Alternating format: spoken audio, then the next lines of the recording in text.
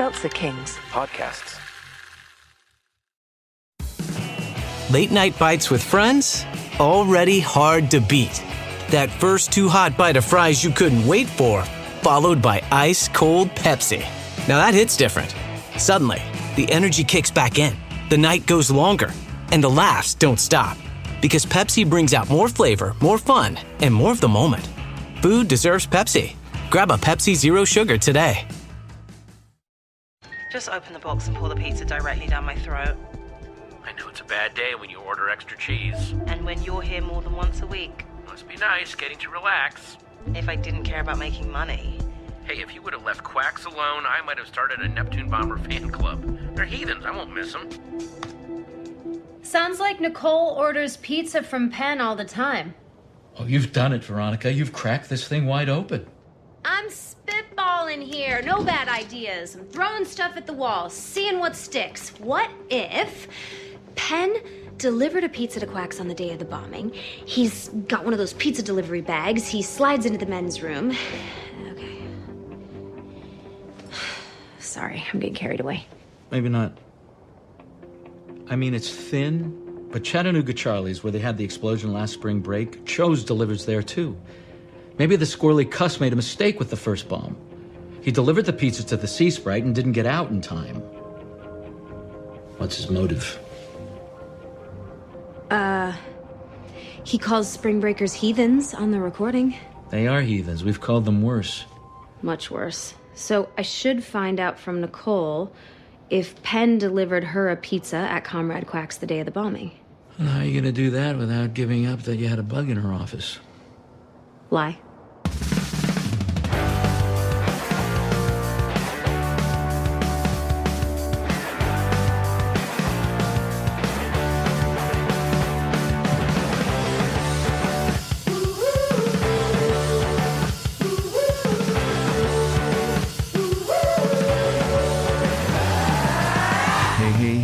Hello, everybody. Welcome to another episode of Boys Watching Veronica Mars. We're just two boys watching every episode of Veronica Mars for the first time, giving our review, our reactions. We're your hosts. I'm Joe Welke. I am Vance. And today we're talking about Season 4, Episode 7, titled Gods of War. Oh, directed by Amanda Marsalis, written by Diane Ruggiero Wright and Heather V. Reiner. But before we get into this episode, everybody, we got a bunch of fucking announcements up top. We got some shout outs. I got shout outs for Diana E., who sent over a lovely package of protein shakes because I had forgotten to put energy drinks on the wish list. So I got some of those Fairlife protein shakes, and they're delicious. They're me and Vance's favorite protein shakes. Beggars can't be choosers, but they should be selectors. Yeah, they should be on top of what they're begging for. Yeah. Make it easy for the providers to provide the beggar. Wow. Yeah. So thank you, Diana E., for sending those protein shakes. But then we also, I put the energy drinks on the wish list after that snafu. And I got some energy drinks from Mark. So Mark, dude, thanks so much. You hooked it up with the fucking variety pack of cherry slush, juicy peach, and Hawaiian shaved ice. Thank you so much for sending those Alani. Mark had a request for our movie tier on the Patreon that I will keep a secret just in case we decide to do it at some point. But speaking of the movie Patreon, you can subscribe to our Patreon, patreon.com/boyswatchingbuffy, where the 50 Shades Freed podcast should be up probably this week, right? Probably sometime this week. Hopefully. Yeah. That's the plan. It'll be up there. We recorded it, we did it, we watched it, we rambled about it for way longer than I thought that we could. I might have been on one for that one. On one. Yeah. We had to take a pause in the middle of the podcast. Joe tried to get me on track a little bit. Worry wise. I feel like if you listen to our Twilight podcast, you'll know that sometimes around the hour mark we start to be like, hey, what about this part? What about this? Hey, let's talk about this, actually. What did Scarlett Johansson do with the Hulk? What did she do to calm him down? It was a hey there, big guy, the day's getting long or whatever. Yeah, it's one of those in the middle of the podcast. So check that out on patreon.com/Boys Watching Buffy, where we are also covering True Blood. We're in the throes of season 3. Mm-hmm. And also, speaking of the Patreon, after 50 Shades Freed, in the middle, towards the end of that podcast, we decided that we need to break away from the darkness and the moodiness of Washington State. We did 5 Twilight movies in Forks, Washington. We did 3 50 Shades movies in Seattle / Portland. Same place according to Portlandia. And airplanes. Helicopters. Yeah. Aspen. Yeah. But we are going to do a listener poll where me and Vance come up with 2 movies, each have you guys vote on what the next movie will be. We're going for something light. And this is a poll that we will post in the Discord, the very free Discord for you guys to choose. Our very free Discord that we discovered we should have been talking as free. And Joe and I have not decided on the movie, so please put your suggestions into Discord to let us know, because we're thinking about what we'll watch next, but we have not landed on anything. So your suggestions are valid, and plus we'll look back at some of the suggestions from previous listener polls that we've had for our other end of season episodes. Yeah, I've got a couple ideas, but open to other ideas to take and put into that for selection poll. I'm very flexible with that. Yeah. But speaking of shout outs, I also have to give a shout out to also Diana E, aka Grar, on Discord, for getting me a candle and a book from Amazon. Oh, yeah. So I got more books to read. Wow. This is a quick shakes and energy drinks, and Vance got a candle and a book. How have we done a podcast for like fucking 5 years? Here's the thing. She also wanted to get energy drinks for me, but I purposefully don't have energy drinks on because I have enough right now. And so she was like, I'll get you a candle instead for relaxation. So I appreciate it. I'm going to enjoy that candle, probably fire it up this weekend. So, fuck yeah. Yeah. And I would also like to announce that in the show notes of this episode will be a link to the listener poll Q&A season finale of Veronica Mars. And it's going to be very Q&A heavy. This is a short season. So we'll just have, pick your favorite episode probably, since there's only 8 of them. Least favorite episode. But it's going to be very Q&A heavy. And we're going to probably cover the vastness of Veronica Mars, all the seasons in that. We're going to recap this season, but then kind of talk in general about the show as a whole. Yeah, season/series recap. Yeah. Yeah. Is that everything? Yes, let's crack open. Talking about energy drinks, let's crack these open. Joe and I need them today. I'm doing cherry slush. It's been a long time since I've had a cherry slush, and that one's one of my favorites. So I'm on the same rotation. I got the Ultra Strawberry Dreams Monster. Hell yeah, dude. You can't go wrong with the Monster. Monster. Everybody knows I'm a motherfucking monster. There's some needle drops in this episode. I did want to follow up, though, before we get into our predictions. It is insane that Daddy Dick and Beaver are both responsible for bombings. Oh my God, yeah, that's true. It's insane. He blew up the fucking plane. Do you think Daddy Dick learned it from Beaver? No, he blew up the bus. Blew up the bus? Blew up the plane? They're both kid bombers. They blew up kids. Yeah. Where's Little Dick? I told you he went to that movie. Romania or whatever. Yeah, Romania. God damn, dude. The Casablancas family is fucking awful. I hate that he was like, he's friends with his dad again, too. Yeah. That didn't seem to track from where we left off season 3. But Oh, anyway. it's because we didn't read the books and watch Play It Again Dick. Yeah. Seems like the dad really made amends. Yeah. Everyone's favorite episode of Buffy the Vampire Slayer.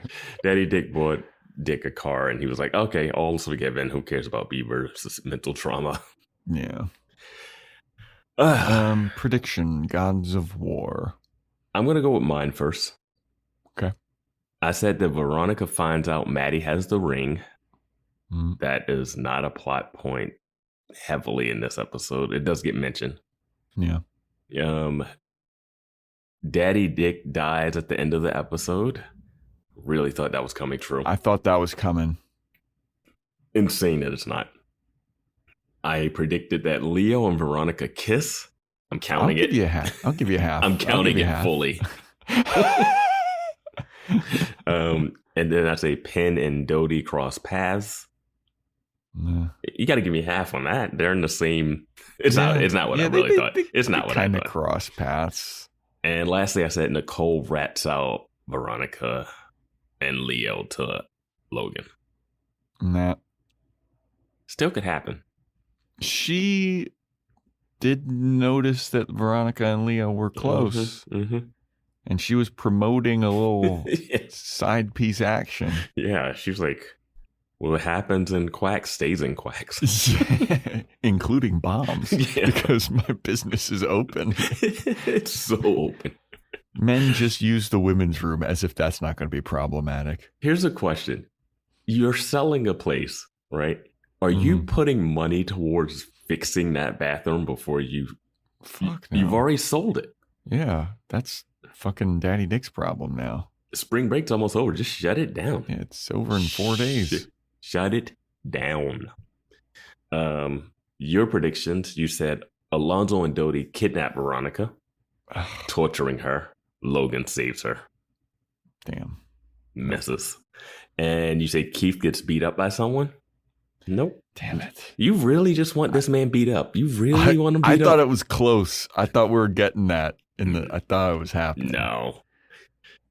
That plot armor is thick. And there was something else that I kind of mentioned and predicted in the episode, I remember. You have Little Dick makes an appearance. No. And you said Dodie kills Penn if they do meet. No. Yeah. There was something that I said in episode, like aside from the predictions. Oh, it was about I agreed with you because you had predicted that Weevil was going to save Veronica. Oh, yeah, and then I tagged onto that prediction that they're going to share a knowing nod towards each other. Oh, my God. Yeah, and I agreed 100% with you on that. And I was like, I'm going to kind of hate it because this always happens. They yell at each other. He does something to save her. And she looks at him like, you're one of the good ones. Yeah. Yeah. And boy, oh boy, this one is ham-fisted. Just, it's with the visor. Dude, the visor. I think because, and I don't want to, I'm not trying to like body shame. Your body. As soon as you started, I was like, here comes the body shame. I think it's because he gained a lot of weight that the motorcycle helmet pushed his cheeks up into the helmet, and it just makes him look like a big baby. I mean, his leather jacket has never really fit him right. Yeah. But I don't just. Yeah. This absolute nonsense. This episode's a little wild. I liked this episode. All things considered. I gotta say, there's certain things about this episode that work for me, and then there's one thing that is a major plot point of this episode that ruins the whole thing for me because it is so contrived and nonsensical. All right, well, I can't wait to hear that. Shall we get into it? Yep. So this episode starts with Langdon looking over some files, and Keith and Veronica are telling Langdon about the cartel hitmen being paid by Daniel Malouf.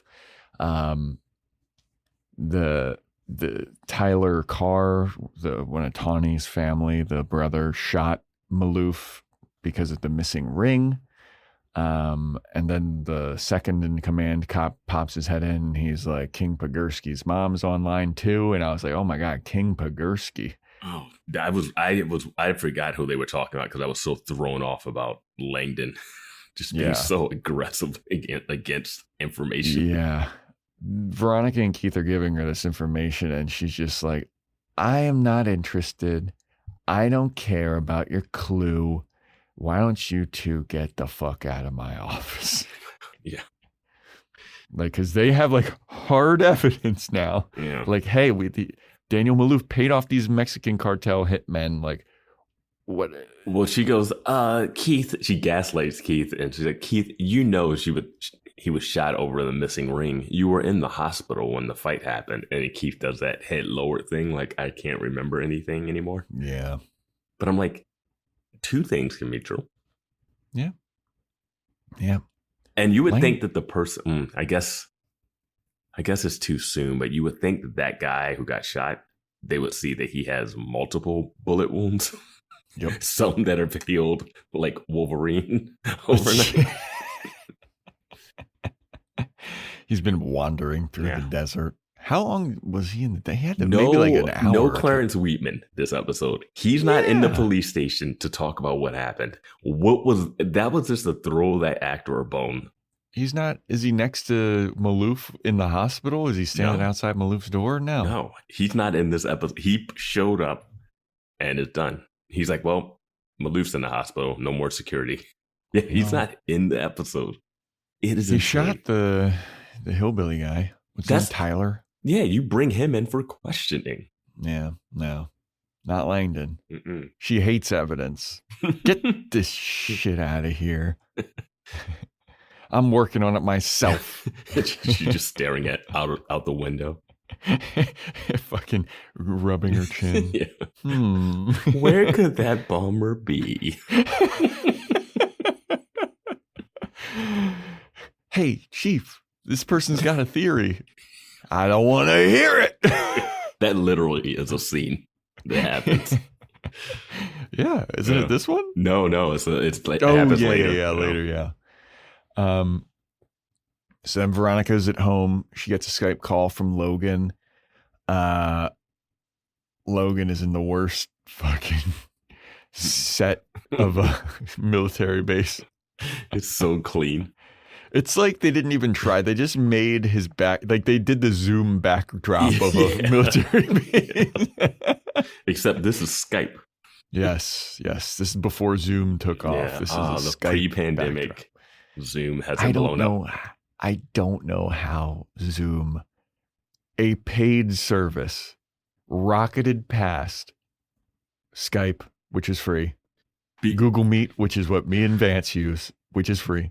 It's one of those things where just because you're like one of the first things to do it, sometimes you're not the one that like makes it out there. Adam Grant wrote a book called Originals that's really about that. Like, oh, this person starts this, but then the next thing that comes out is the thing that becomes the popular standalone. So sometimes being the first one isn't the lucrative thing. Yeah, but Skype was around for like years and years and years. And like it was a known entity. That's the point I'm making. Yeah, but I don't know how, man. I would love to see like a documentary about how Zoom fucking made that happen. That'd be awfully boring. Yeah, well, so is this podcast. Yeah, because you're talking about Zoom. You don't even have the information. But Logan's talking to Veronica on Skype and he reminds her that she needs to move her car for street cleaning. And it's just like very low effort talking. Veronica's like, I gotta get ready. She like leaves the room. Mm-hmm. She points the computer towards Pony, the dog. But then we go outside right after Logan reminds her that she needs to move the car. And you see Alonzo and Dodie, they're waiting outside looking at the car. And I was like, oh no. But rather than Veronica go out, Wallace shows up and he goes in because he and Veronica are going to see a movie. But Veronica has made other plans. They actually have to go to the Murderheads meeting instead of the movie, or they're going to go to a later movie than intended or whatever. But Alonzo and Dodie, they're talking, and they want Veronica and Keith to find whoever did the Sea Sprite bombing so that they can kill the bombers, because that's what they were originally there for, from El Despiadado. And then after that, they're going to kill Keith and Veronica. Mm-hmm. And I was like, oh, that's pretty clever. Alonzo and Dodie, I like them, man. Yeah, I mean, this is it's good business, I guess. I mean, it's smart enough. I mean, they do a really bad job of tailing Veronica. And what have they been doing between all this time? Yeah, I don't know. They haven't been tailing. Why haven't they been tailing her beforehand? Yeah. If they're, who knows? The whole reason is to get the bomber. But yeah. Wallace got offered the varsity coaching job. He's telling Logan about that. At Kane High, he said. Yeah. And he's like, oh, you got to tell Veronica? And I was like, wait, is Kane High, does he own a high school? Dude. Like, the Kane's. It's in the books, probably. Yeah. I mean, he owns the Illuminati or the castle or whatever. Veronica is like the worst friend ever when she's like, hey, you know that movie? We actually got to go to this Murderheads thing. Because the movie was supposed to be at 8, and then they're going to go to a movie. She's talking about possibly going to a movie at 10. Yeah. That is not a feasible thing for a parent of an infant. Like, going to movies is so hard for parents. Yeah. Especially of young children. And she's like, hey, add another 4 hours to your evening out because I have to go to a Murderheads thing. They meet every week at the same time. Why did you even schedule this? Yeah. Yeah, Veronica is pretty bad. And in my prediction, I'll say the only reason I think Wallace is even here, because otherwise he does not need to be around for any of this that's happening. Because he's useless in this. Like, take him out of any of these scenes and you get nothing. You think he's going to defuse the bomb? Because you always wanted to be a mechanical engineer? No. That would be something interesting, but no. Okay. But Veronica's talking about how they have to get going right now. And Logan's a little pissed, a little sad, a little annoyed. He's like, so you're just going to fucking leave me? I'm in fucking wherever I am. And you're not even going to talk to me? And Veronica's like, I can't just fucking stay waiting by the computer for you, Logan. And he's like, well, these Skype calls are pretty hard to come by, and, could end up dead, but, whatever. Good. Enjoy your movie. Enjoy the Murderheads. Then he hangs up, and Veronica's like, I love that Wallace is like, what is a Murderhead? Yeah. So he's about to find out because they go to the Murderheads meeting. Yeah. I understand Logan being upset, but Veronica also has a point. Yeah. Yeah. Logan is more snippy than usual. It's because she never went to therapy with him. Oh my gosh. Are we going to end this series with them in therapy? Oh, they're going to go to therapy and Veronica going to say fuck. I hope they haven't said fuck yet. I hope they have not. Yeah, we have to have the cuss tracker. Yeah, did they do cuss in this episode? I don't think they did cuss in this episode. No. I really hope Jane, the therapist, is a smoke show. Oh. I don't know why, but if they do go to therapy together, I want the therapist to be ridiculously over the top TV therapist attractive. Veronica's going to be like, oh, now I see why you like going to therapy. Oh my God, that'd be so fucking funny. So anyway, Veronica and Wallace go to the Murderheads meeting, and the Murderheads are presenting their findings on the frat boys that Veronica asked them to do background checks on. Why are they investigating this? Because Veronica asked them to. No, but do they think this has something to do with the bombing? I know that we asked that last episode. Yeah. But like the rest of the Murderheads don't even have a vested interest in this. It's only Penn that's getting the 5% cut of the reward if they find the bombers. But do any of the Murderheads think these guys are responsible for the bombing? Like, I don't know. I don't even understand this. Someone on Discord will have to explain it to me. I don't even understand what pointed them in this direction, really.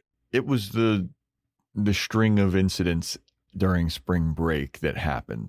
3 years ago, this guy, Patrick Hatcher, died, and all these frat guys were involved. Yeah, but does that seem just like a possible murder, but not bombing? Because it's not like there's been bombings every spring break since. Yeah, this one wasn't even a bombing, I don't think. No, yeah, this is just a separate thing. This really loses me when I'm trying to keep track of stuff. And they started naming all the people's names. I was just like, I'm not even trying. Yeah, the first guy, I didn't really take notes on him. Second guy stopped using social media after Patrick Hatcher died. And then the third guy that was in the band, he stopped using social media after the dude died. And then he tried to kill himself shortly after Patrick Hatcher died. And then meanwhile, you see Pat and Oswalt and Carol getting all fucking handsy with each other. Yeah. Never left the frat, never left the school. Yeah. Yeah. So that was a big old pointless scene. It's going to pay off in the next episode, but it really feels tacked on. This whole subplot of this Hearst College stuff just feels just like they needed to add something else. Do you think that Veronica's going to take this case file and dump it on the desk of Maddie Ross once Keith retires? Veronica takes over, then Maddie's hired, and she's the new Veronica. Here's your first case, Maddie Ross. Oh, no, oh my gosh, I just figured out what the last, if it's not therapy, I think I know what the last shot is of the series. It's Veronica locking up the door. No, it's going to be her and Maddie in the office. Yeah. Anyway, so Keith is at the office, and Veronica's making a big old ruckus. She's annoyed, and she feels like a terrible person because she's been listening to the bug in Nicole's office, and Veronica hates herself, and then Keith is like, then stop listening. And Veronica's like, I can't do that. Keith is like, you have a choice in this, dude. You can stop doing this. And Veronica's like, I'm just going to listen just a little bit longer. Veronica's like, well, I don't know. She might be having sex in the office again. And, this is good. This is good. That's radio. Good audio book smut. Yeah. The clearest bug is audio is clearer than our podcast. Well, it's underneath the desk. That's true. Yeah. Yes. Pick up great audio underneath the desk. That's where I put my microphone. Yeah. Mine is on the floor. But so Veronica listens a little bit longer. She then hears a recording of Nicole and Pat and Oswalt talking. And then Veronica's like, she takes off her headphones, goes over to Keith's office, and she's like, hey, I'm starting to think that maybe Nicole and Pat and Oswalt are in cahoots, because Nicole said that she orders pizza from Cho's all the time. Pat and Oswalt was there. Maybe if he delivered a pizza to Comrade Quacks the day of that bombing, we know that he was at the Sea Sprite delivering a pizza. Maybe he's the pizza bomber. And Keith's like, I think you're on to something. This right here. The whole episode hinges on this, and I think it's so dumb. But he's like, what's his motive? I don't know. He doesn't like spring breakers. Yeah, neither do we. Yeah, but he's fucking weird and squirrely. Yeah, you know what? Good job. So Veronica's first reasoning that Nicole could not possibly be the bomber is because our whole business relies on spring break. They know that Penn makes money from spring breakers. They've been to his place. He's explicitly stated, oh, I make like 10 grand or something with like spring breakers for this week, and I move into the basement. Yeah. They know he has the exact same reasoning that she didn't want to go after Nicole. Yep. They don't go, hey, do you have any demolition people in your family? This whole like jump to Penn just for me felt forced and unbelievable. Yeah. At least talk down the excuses you made beforehand. But Vance, he's got motive. He hates the spring breakers. We all called hate them spring breakers. Heathens or whatever. Yes, the people that he lets live into his place and profits off of. He really wants to get rid of them, and he wants to. Yeah. He delivers pizzas. More people order pizza. Yeah. He relies on them for tips as well, but he did get stiffed. One time. He did get stiffed by the One spring time. breakers. So anyway, Veronica's going to go question Nicole if she ordered pizza on the day of the Comrade Quacks bombing. Keith is like, how are you going to fucking address the bug? And Veronica's like, I'll just lie. I was like, you don't have to address the bug. Yes, don't address the bug. Yeah, but We've seen Veronica take a secret to the grave. Yep. She feels bad, though, because Nicole's her friend. So Veronica goes to Comrade Quacks. She's having an intense inner monologue about some guy that she dated who was jealous, but he knew that he was jealous, and that doesn't make it right. Just because you know you're flawed doesn't mean that you're fucking a good person, but whatever. Nicole shows up. Nicole's like, hey, saw you and Leo. You guys were getting kind of cozy, huh? Did you guys end up banging? And Veronica's like, nah, we didn't. And Nicole's like, dude, you can tell me. I'm your friend. You can trust me. You guys look like you were about to bang. And Veronica's like, I swear to God, we didn't bang. And Nicole's like, you can tell me. I've definitely done worse things. If you tell me that you've done something, I've done something worse. Like maybe bomb the place? Veronica pulls out her gun. When she said that line, I was like, why is she saying it? But then they called back to that at the end. And I was like, oh, that's it's such a written scene work. Yeah. But Veronica asked Nicole if she ordered pizza from Cho's on the day of the bombing. And Nicole's like, I don't really remember. Veronica's like, can you get the receipt? And Nicole's like, who the fuck keeps receipts? I mean, I guess. I mean, I feel like she would have ordered it with the credit card, right? Yeah. Maybe she does cash because it's a bar, but yeah, I don't know. But Nicole invites Veronica to go to a mud bath in Ojai, and Veronica is just spacing out. She has to come clean. Nicole, I bugged your office, and I've been listening in on your conversations and you banging all your bartenders, and that's how I got this whole thing about the Cho's Pizza. I heard you and Patton Oswalt were talking, so like, I'm sorry. And Nicole's like, hey, fuck you, you're sorry. Get the fuck out of my office. And Veronica's like, you mean you don't want to be friends anymore? Nicole's like, no, dude. Yeah.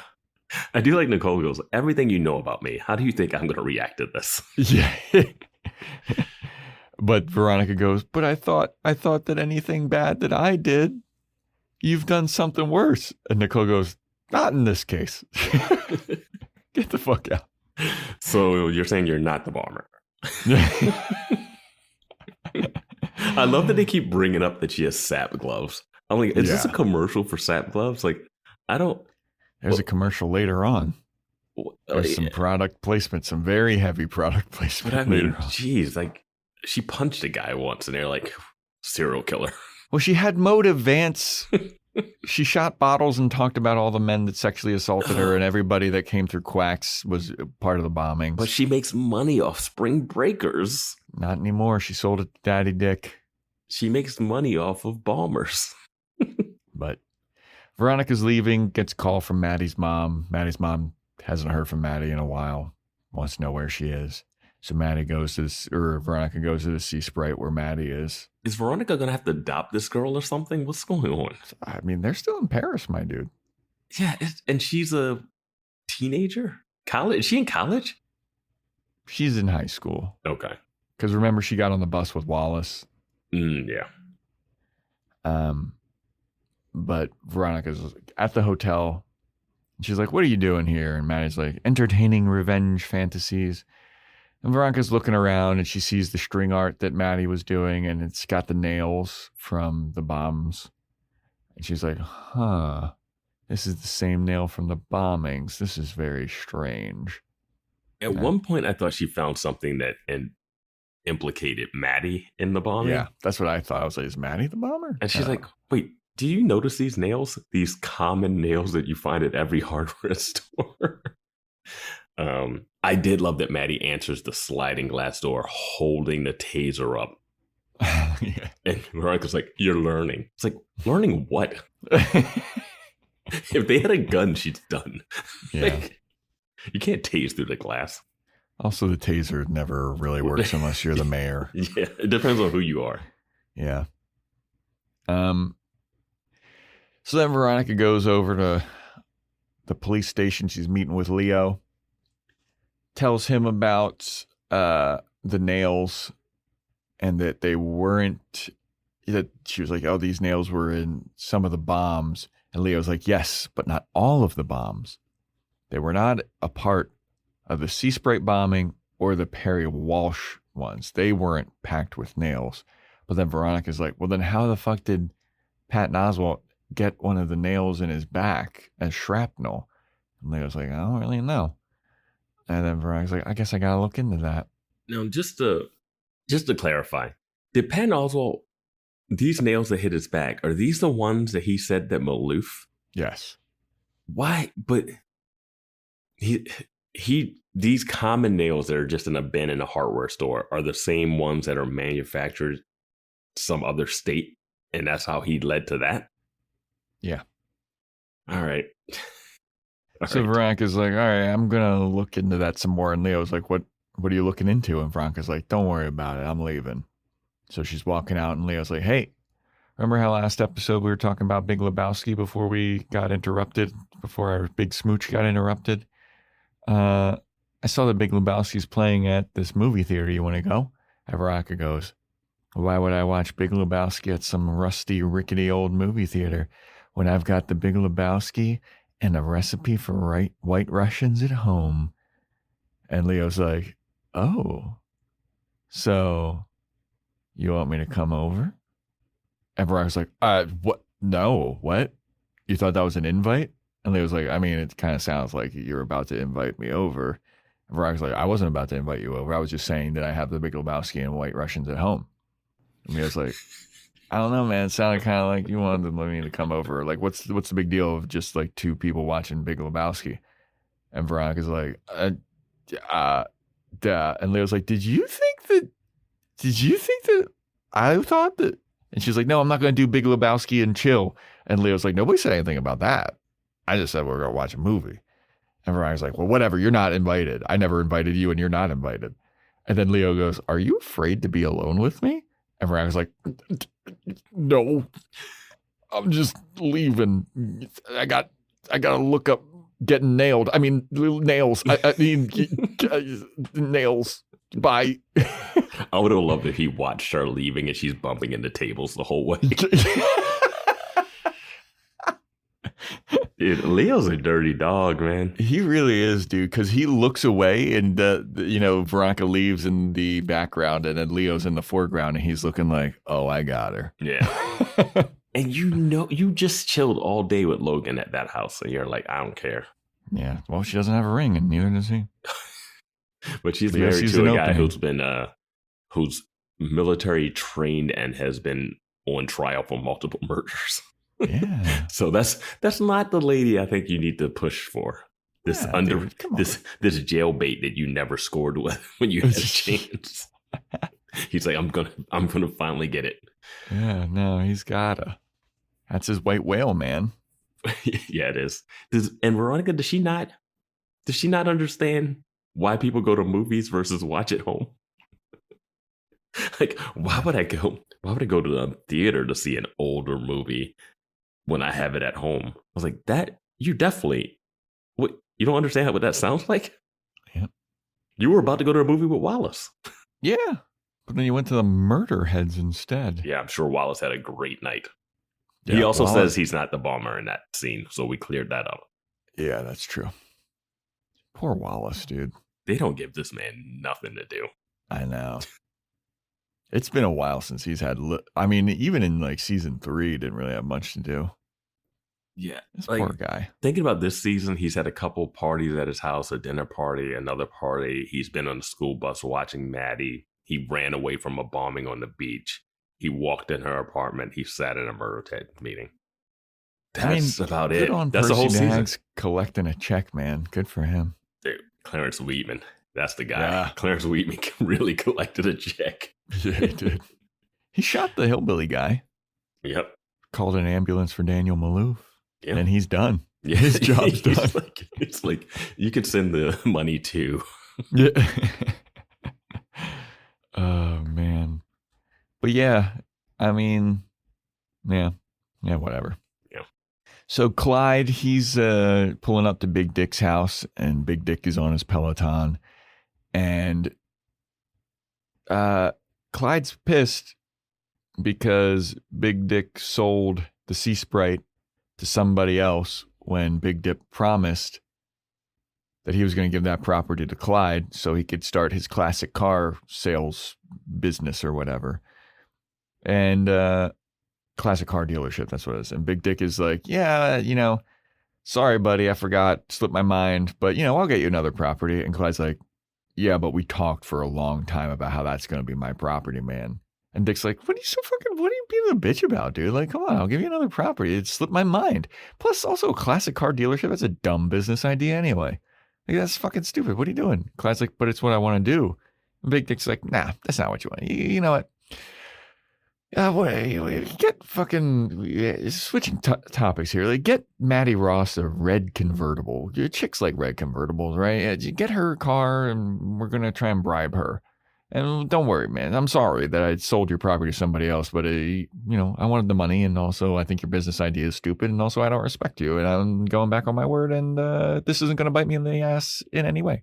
I love when these guys treat criminals like they're not above, like the criminal who has access to your bank account or finances. He's buying a car. He has green light to purchase stuff. So he has money. He has access to you, and he's a criminal. Last episode, we saw him say, hey, set up a trust fund for PW's kid. Yeah, like that's like access to a lot of stuff. Yeah. You don't treat that person like shit. Yeah. You don't treat a waiter like shit because they control your food. Yep. You don't treat this guy like shit because he controls everything and he knows your dirt. Yep. At this point, if I'm Clyde, I'm like, is he planning to kill me? Yeah. Because that he's casual about murdering people. Has not lost any sleep over that. Yeah, shit happens. And People I was like, die. Shit happens. I'm like, if that's the person you're working for, I always think that's funny. And it was like, when you're a henchman for like one of those bosses and you're like, oh my God, my boss is going to kill me. I'm like, dude, you might as well just kill the mob leader yourself because you're about to die. Like, yeah, it's insane. Clyde is alone with him right then and there. He just fucking. I really was like, is he going to push the Peloton out the window? Yeah, I don't know if Clyde has that kind of strength. It's interesting. I guess the parking lot would work for the dealership. I mean, like, fucking Dick knows that Clyde is well connected, at least. Like, what is he doing? He's so dumb. Yeah. He's like dumb. Yeah, that tracks. He's dumb, rich, white guy. Dumb, rich, and he keeps getting away with it. So he does keep getting away with it, except for the year that he spent in prison. Yeah. But then he also, the hubris, dude. Yeah. I think this classic car thing would work perfectly if Daddy Dick is planning on building high rises. That's going to bring in a bunch of rich people. And then boom, you got a bunch of classic cars out there. Mm-hmm. And also he's probably going to do some illegal stuff while he's doing that too to just make fun. So yeah, the classic cars thing was fun. Embezzlement, money laundering. Yeah. It's a fucking white collar crime, man. So Big Dick sends Clyde off to buy Maddie a Mazda Miata. Bright red Mazda Miata. Veronica's back at the Mars Investigations office. She starts talking about the nails to Keith, but then she notices that Keith is eating a burger and fries and a milkshake, and she's mad at him for... This was all a bunch of fucking nonsense. I really thought he was smoking weed when she was like, what's that smell? And I was like, oh, he's smoking weed for his mind or whatever. Yeah, that would have been something, but now he's eating burgers. She's like, you're going to have a heart attack. Anyway, here's this news information about the nails. The only person that was hit with the nails from the Sea Spray bombing was Patton Oswalt. So that's very odd. The other bombs had nails except for the Perry Walsh ones. They think that Patton Oswalt took over the bombings from Perry Walsh, thinking that the nails were part of the bombs because he got hit with a nail. Mm-hmm. And he did it because he was mad that he became a laughingstock after his Daniel Malouf theory was debunked and laughed out of the Murderheads. So Keith then lays out the entirety of the theory. Keith is like, Big Dick and Perry Walsh bombed the Sea Sprite. They eliminate Perry Walsh. Penn takes over. And then Veronica's like, that's pretty solid. Keith is like, I'll call Langdon. And Veronica's like, you have fun with that. I'm done with dealing with that bitch. I wish they would have made Nicole the person they thought actually did it this episode, and would have been a Nicole did it. Mm-hmm. Because I just couldn't. Why did he blow up? Why would he blow up The margarita stand? the bathroom, the margarita stand? Because at first it was like, oh, it's these like sexual abusers. Yeah. And then it's like, oh, it's people that came through quacks. And now it's pizza guy mad that the pizza guy's mad that everyone called him a clown and embarrassed everyone. But he also didn't try to blow up Mars Investigations, a place where we openly mocked him and made fun of him while he planted a wire. Yeah. So, but he attacked the bathroom at Quacks. Yeah. And he seems to have a pretty decently good relationship with Nicole. And he made a bomb, a shoulder bomb. Yeah, like why would he put a bomb on that guy's neck? Yeah. And then blow up her bathroom? Like it's a lot of hoops I have to jump through for the show. And the show also jumps through a loop by saying, oh, how to explain that he didn't do the bombing at the Sprite? Oh, that was a different guy, but now the other ones are him. I was like, this is so much leaps in logic for me. Yeah, this was hard. Like, I had to pause this scene several times to write down the entirety of the theory. Yeah. So like, this is a lot of information and theories, and I'm just like, and it doesn't add They're up. so committed to it too. Like, it wasn't like, hey, I have a theory on Nicole, let's go bust her. They were like, yeah, you could slip a bomb into a pizza thing. Mm-hmm. Perfect. And that was it. That was enough for them to go on. And they're like, yeah, we don't even like the pizza guy. He's kind of weird. Well, they also are like, he's doing this via his pizzas, but he didn't do the sea spray bombing. Yeah. But he was there, and it went off and then as he's leaving. And he lost his mind because no one believed him afterwards. So then he became a copycat bomber. Yeah. And he must have thought the nails were in all the bombs because he had one in his back. Yeah. I was like, this is a lot. I really think they should have gone Nicole or somebody. But I don't know how they're like, oh, he gets in and out everywhere because he's a pizza guy. But then the head explodey bomb on Bryce makes no sense. How did he fucking do that? They skip over that thing. But when they talked about Nicole, they were like, but what about the head bomb thing? Yeah. It's like they keep out information. Patton Oswalt is perfectly capable of the head bomb thing. Yeah, they completely Nicole, forget about not all so that. much. Yeah. Or Daddy Dick and Clyde, not so much. Nicole's family has a history of demolition, though. Yeah. Destruction. Patton Oswalt's character hates the people that have made fun of him, so he's blowing up a margarita stand, a random kid, and a bathroom. Yeah. And he wrote he would blow up Langdon, you guys. Yeah. I know this is really spoilery for the episode, but I couldn't. Yeah. I couldn't. The perfect lunch combo. That first bite of your favorite sub, followed by ice-cold Pepsi. Add a couple of friends, and now that's next level. Suddenly, the laughs get louder, the stories keep flowing, and the food tastes better. Because Pepsi brings out more flavor, more fun, and more of the moment. Food deserves Pepsi. Grab a Pepsi Zero Sugar today. Yeah. Might want to download that Exxon Mobile Rewards Plus app. Yeah. Are you the Exxon Tiger? I am. Yeah, new users can earn $10 in points, $5 after your first purchase and $5 after your second. That's a lot. That's a whole lot. It is. Well, hey, you get on that download, buddy. I will. Loading. Download the Exxon Mobile Rewards Plus app and join today. Exxon. Trust the Tiger. For details, visit ExxonOffer.com. So Keith calls Langdon with his this new theory, and Langdon doesn't even bother picking up the phone. Her number 2 guy is like, hey, Keith Mars is on the phone. He's got a new theory about who the bomber might be. And she goes, tell him to piss up a rope. She continues playing Minesweeper. I swear, She must have got these scripts and they're like, oh, I'm doing the same thing every episode. Someone gives me information. I yell at them. Like, that's it. Mm-hmm. There's one that comes later that's insanity. So then we go to Veronica. She's asleep at home, and it gets a knock at the door. It's the middle of the night. She walks over to the door. It's Leo. Leo's at the door. She sees him through the window. He looks like he's got to deliver someone just died news. He does. He also looks like he dyed his hair in this scene. But Veronica opens the door, lets Leo in, and Leo fucking menacingly walks towards Veronica and just starts kissing her. They start making out. They start undressing. Leo starts eating her pussy. He starts fucking her from behind. And then I was like, oh my God. And while Veronica is getting side fucked by Leo, she turns around. She sees that Wallace is there watching. And then she wakes up. It was all a dream. Wallace is in the cuck chair for some reason. That is the craziest part.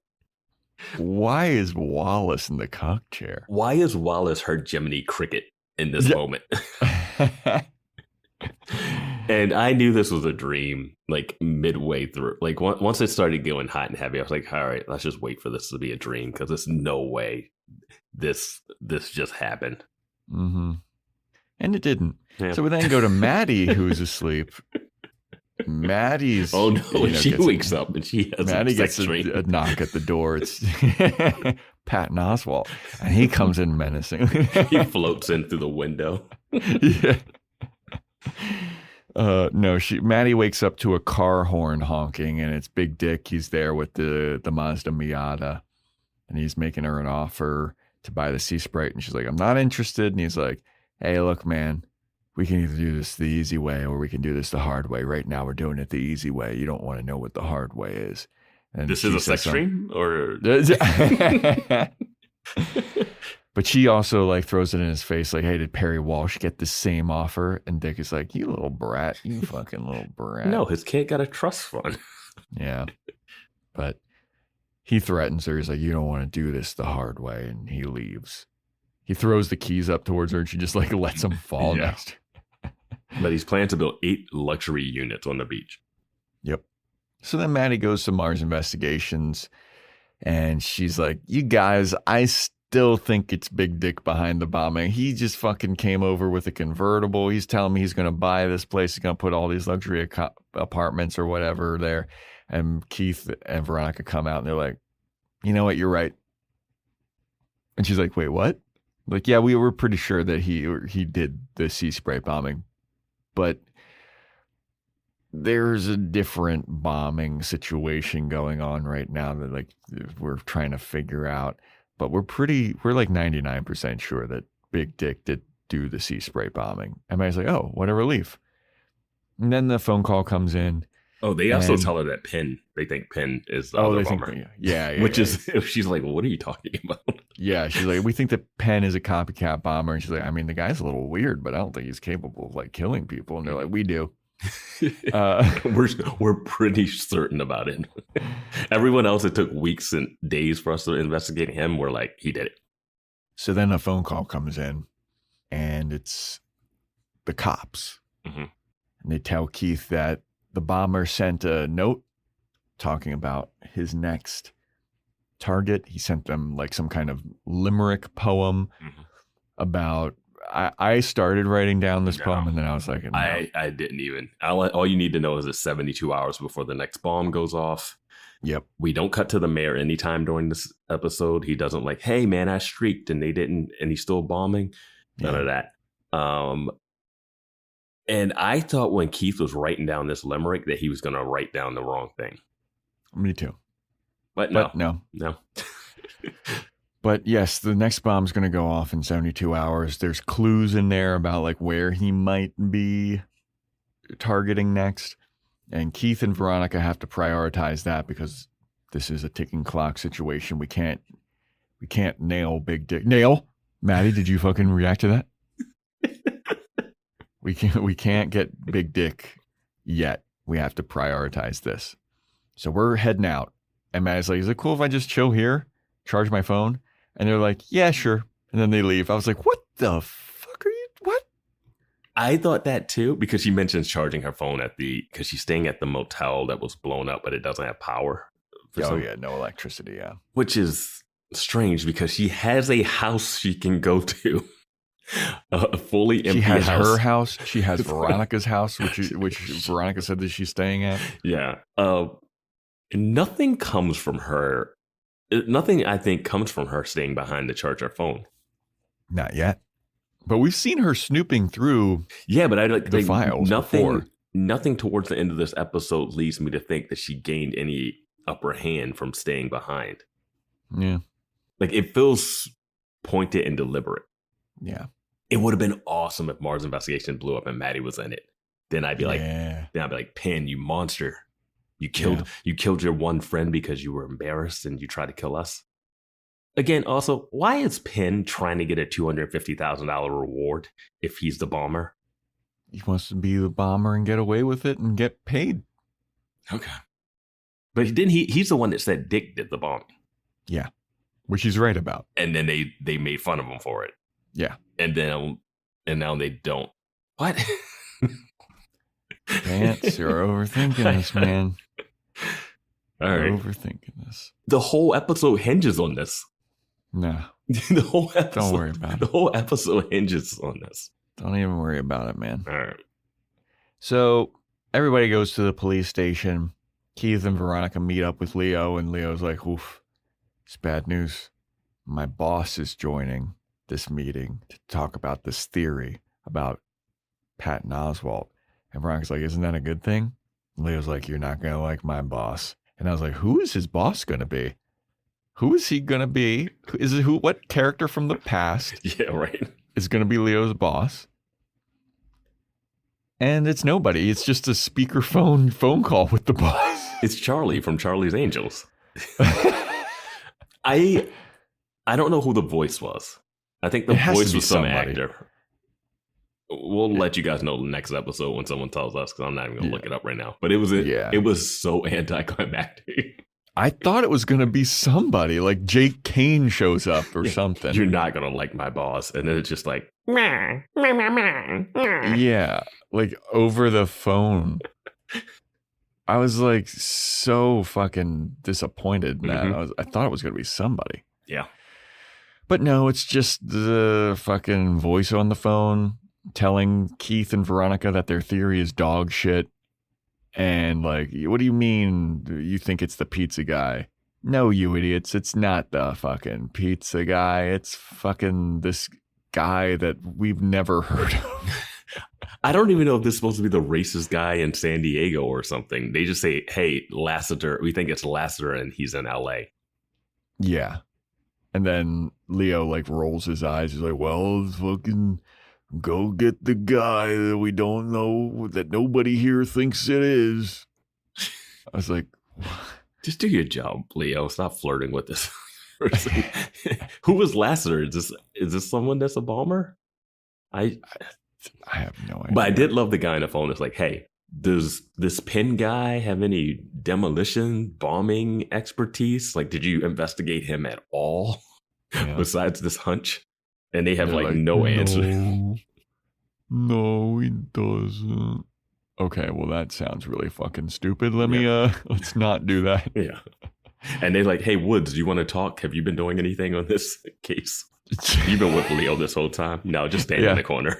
Say nothing. I love that he's like, and Woods, are you there? And he just goes, yes, sir, I am. That was the end of Woods' stuff. That's a picture wrap on Woods. Yeah. Everyone's clapping. But yeah, so Leo leaves. They have to go pick up Lassiter.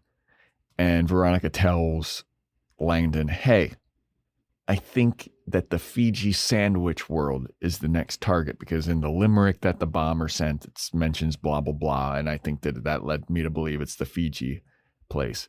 And Langdon goes, no shit. Yo, I couldn't believe it when she said that. I was like, come on. All she's trying to do is give you some information. Yeah, why are you so insecure, man? Because they're way ahead of them, Vance. We're way ahead of you. We already evacuated a 2-block radius. Insecure police officers is a theme for this week. Yeah. In the True Blood episode, I got the right to sing the blues. We get some of that. And boy, Langdon, you started out, I like that you weren't corrupt. I like that you could stand your ground. But you are fighting the wrong people. Yeah. But before Veronica leaves, before Veronica and Keith leave, she goes, "Hey, Marses, I think there's something to your nail theory, though." Oh, she's killing me, dude. Why are you giving us shit, but then you believe our theories? Well, because she wants to figure it out before the FBI, because she wants to show up the FBI. I'm like, why? You just stop the bombing. It's Leo. It's not like these are some like aggressive FBI assholes. It's Leo. He's a cartoon character. Woods is a nobody. Smirking. I've been taking note of how much he smirks too. He's just like smooth. Like he's just chilling this season. These FBI guys are not even like hindering your investigation. You're not showing up to interview people and they're there. We see you go to Quacks and they're not even there. They're not doing anything. They're in Reno, Nevada. They're going to Los Angeles. They're out of your hair. You should take every information. You also should be not allowing Veronica to walk into a police station and then go talk to Leo and not talk to you. Yeah. If the FBI is willing to use Mars to find to solve the case, you should be using it too.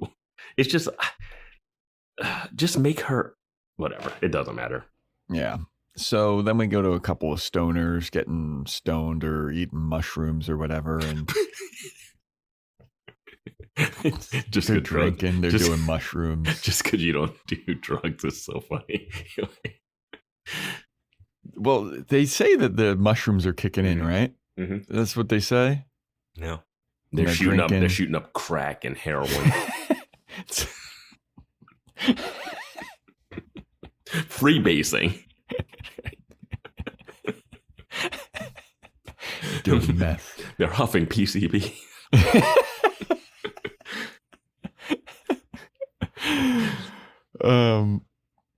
So then, as the one kid is like, the shrooms are just kicking in, man. The cops show up and they bust down the door and they're like, "Where's Patton Oswalt?" And they're like, "What the fuck?" We're not watching King of Queens. What are you talking about? We're watching Space Ghost. It's getting weary. My leg is getting tight. But they're like, "Oh no, this is just Patton Oswalt's house. We're renting it because he rented it to us. He lives in the basement now." I was so upset with that line right there. This whole setup, it frustrated me. One, the kids are spring breakers. They're complaining about spring break. And they're like, "Oh, this is worse than the fire festival," which is of this time. Yep.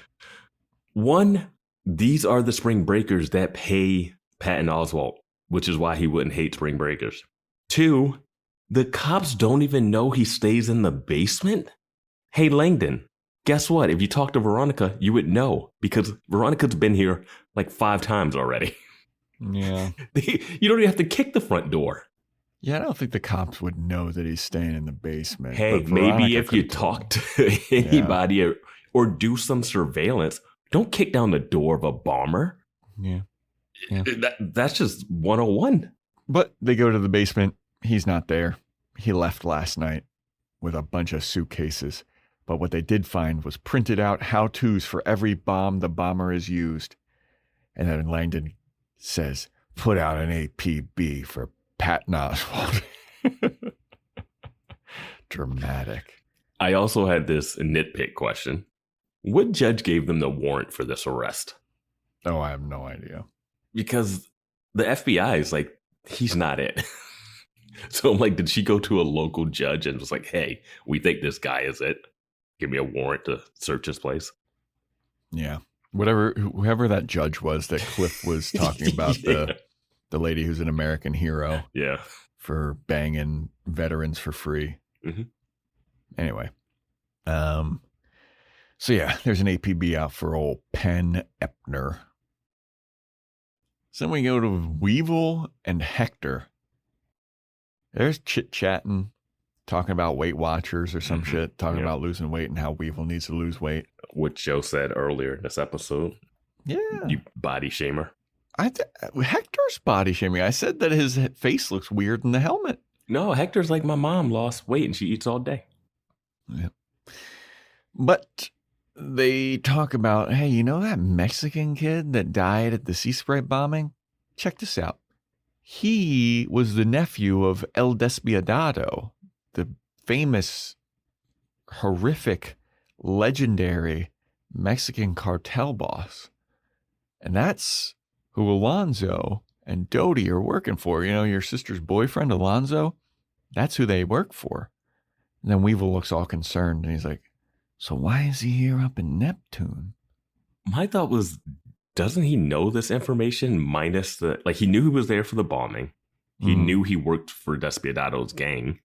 I don't know how this is new information. This seems like it's reminding the audience, but this is a... Weevil reacts like this is new information. He might not know the bombing killed the nephew, but he knows they are here because of the bomb. Yeah. All right. Yeah, but Weevil's looking like he's putting stuff together now. All the pieces are together. So then we have the Marses. They're at the office, and Keith was talking to Cliff on the phone. He finds out there is an APB put out for Patton Oswalt. And it just so happens it all lines up because Patton Oswalt asked for some time off from Chose, so he thought that there was going to be an escape. And Veronica thinks that Patton Oswalt and Carol from the Murderheads are escaping together because she called in sick to her job as the librarian at Hearst College, but she also knows that Carol's family owns a cabin out in Mesa Grande, so that's where she thinks Patton Oswalt and Carol are at. As they're saying these words, are they forgetting everything they know about the human condition? Veronica's like, oh, you know what I found out about Penn? Him and Carol kind of have a thing going on. Okay. And it's weird. He called out sick and she called out sick and they're going to a cabin.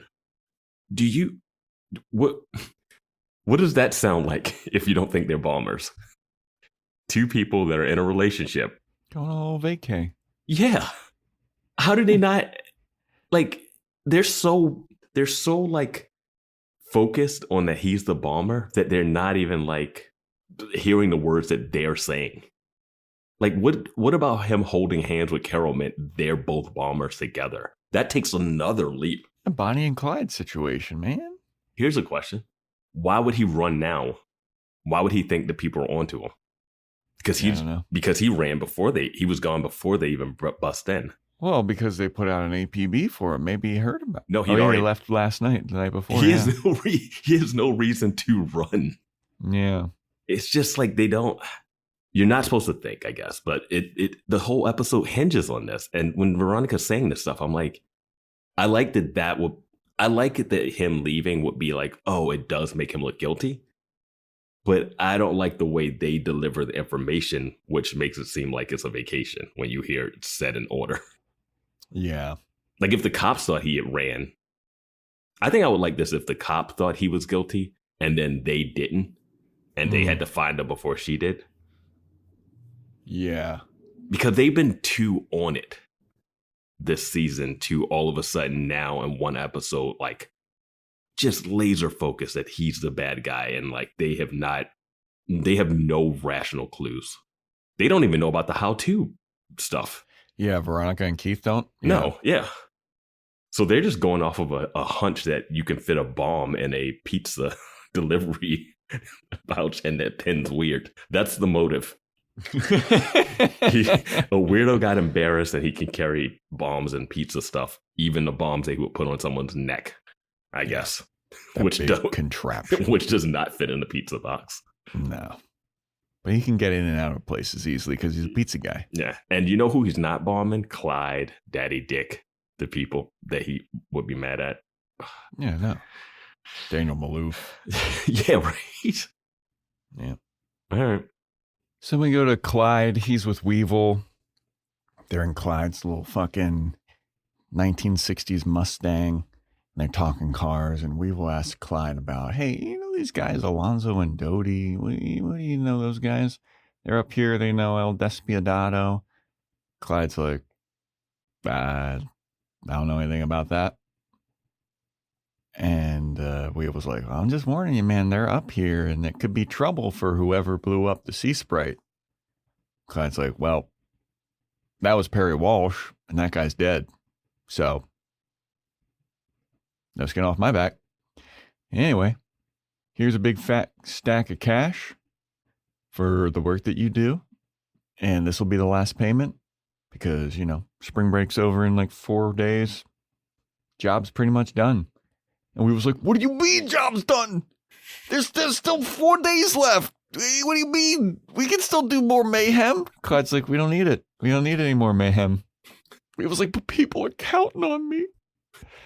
People are counting on me. How am I going to pay all these people? And Clyde's like, that's not really my problem. You're an enterprising guy. You can figure some shit out. And then he sends Weevil on his way. And Weevil's like, damn it.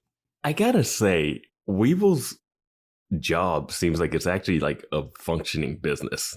Like when he's talking to Hector, it feels like they're like at work. Yes, dude. They're like on their lunch break. Yeah. I guess the whole Hector Weevil thing was just to prompt him to do this thing to tell Clyde. So I guess that's fine. It's a little information that he just needed something to like push him to tell Clyde this to like set up the ball rolling for everything else. So I retract my statement of that. It's funny how like slumped and leaned back Weevil is in this car and how upright Clyde is. And he's looking like a father figure. Yeah, right. He's like, well, yeah, you got to figure something else out, my son Weevil. And they're bonding over classic cars. Yeah. But then Weevil, he's walking. Clyde leaves. He walks back to his little fucking shop. And he sees Claudia and he's like, oh man, this is it. This is the end of it. And he tells her like, oh, Veronica Mars is going to give me a fucking, the look of, I told you so, it's going to be crazy. Then Claudia goes, well, you're not going to have to worry about Veronica Mars for much longer. And Weevil's like, what is that supposed to mean? Claudia's like, nothing, don't worry about it. Nothing. And Weevil's like, no, what is that supposed to mean? Claudia's like, just saying. You won't have to worry, wink, wink, about Veronica Mars, wink, wink, for much longer, wink, wink. And we was like, what does that mean? Yo, Claudia is straight up evil. Yeah. Yo, because I was wondering like what her relationship was with Alonzo. Like, because they were just keeping stuff out in the open in that room and she cleans it. So I was like, does she know that they're just hitmen for the Mexican? I don't know why he's trying to keep her clean. Remember Weevil's like, hey, you can't work at this place because it's not legit. It's not an up and up. She's dating a murderer and is completely okay. Like he confides in her that he's like, oh yeah, we're going to go follow this lady. I'm going to murder this girl. And she's like, yep, great. Claudia is this town, man. Just blow up. Whoever's the bomber, just blow up all of Neptune.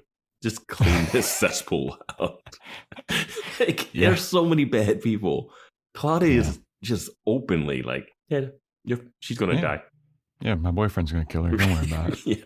But can I work at the job that you take some hush money and you people are shitting in ice boxes? No, it's got to be clean. She's just going to go to Mexico.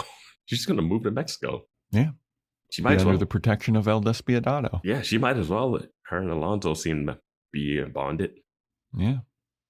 So we then have Pat and Oswald and Carol. They're at the cabin. They're slow dancing. They're kissing. They got some wine. They got a fireplace going. And Carol's like, hey, I'll be right back. I'm going to go take a shit. Pat and Oswald's like, all right, cool. I'll be here with, I'm going to get some wood. Firewood. She literally said, don't go anywhere. And his first thing was, oh, is this a horror movie? I should go outside. And you see the fire is completely fine. Yeah. So he goes outside and Keith and Veronica show up with their guns drawn. And he's like, what the fuck is going on? Insanity that they've drawn their guns. Yeah. Keith's got his little skull cap. They have not drawn guns on people. I know this is the first season that she's been carrying a gun, but they really don't draw their guns much. Yeah. But and for a pizza guy? For fucking Pat Oswalt, man, he's the bomber. Yeah. He's the Mad Bomber of Neptune. They let him reach into his pocket to get his cell phone where she says, I'm going to call my lawyer. Mm-hmm. You don't let a suspected bomber, grab a cell phone. Yep. Okay. So, yeah, they lay out their theory to him, like, we know that you fucking started taking over the bomb. He's like, I did not do that. I didn't do that. I'm going to call my lawyer. I didn't do that. But before he can call anybody, gunshots are fired. Mm-hmm. It is Alonzo and Dodie. They are there to kill, I guess, both Patton Oswalt and Veronica and Keith. And, who knows what happens to Carol.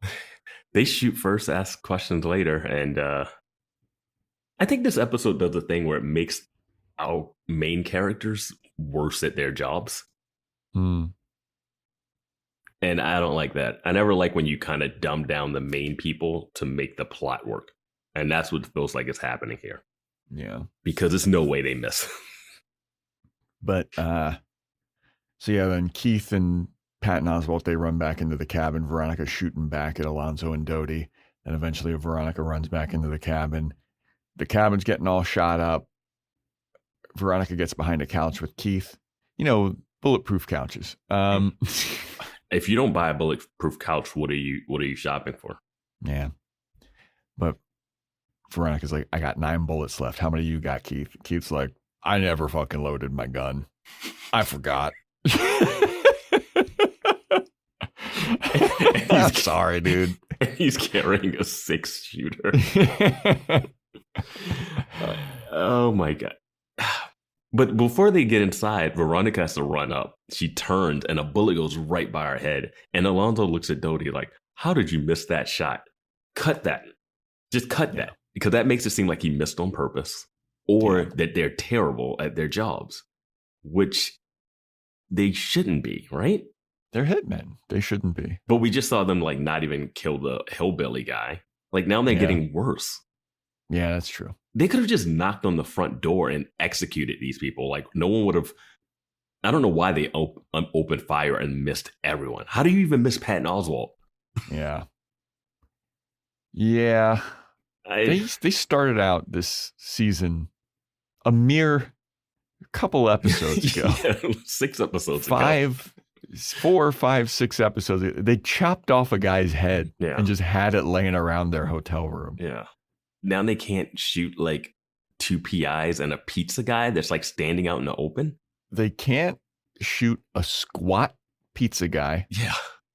A guy with a limp. Yeah. I mean, maybe Veronica Mars, she's a little squirrely, but like. And a head that's a target. Let's just say. Keith, maybe the black beanie was like, they couldn't see it. Yeah, it was camouflage. Yeah. But why even start unloading gunfire right here? Yeah, I don't know. They could have snuck into the house, stood by the window, and just shot through the glass. Like, they're terrible hitmen. This shootout is insane.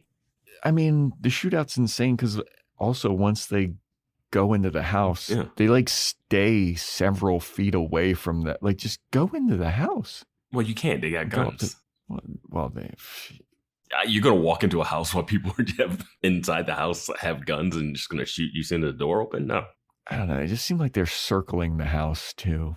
Well, you got to circle and try to see what you can, but it's just a weird tactic for them. I thought they were going to be like, hey, let's find out. Like, you know what? Shoot them when they bring them to the car. Stand by their car and just pop them as soon as they go to their car.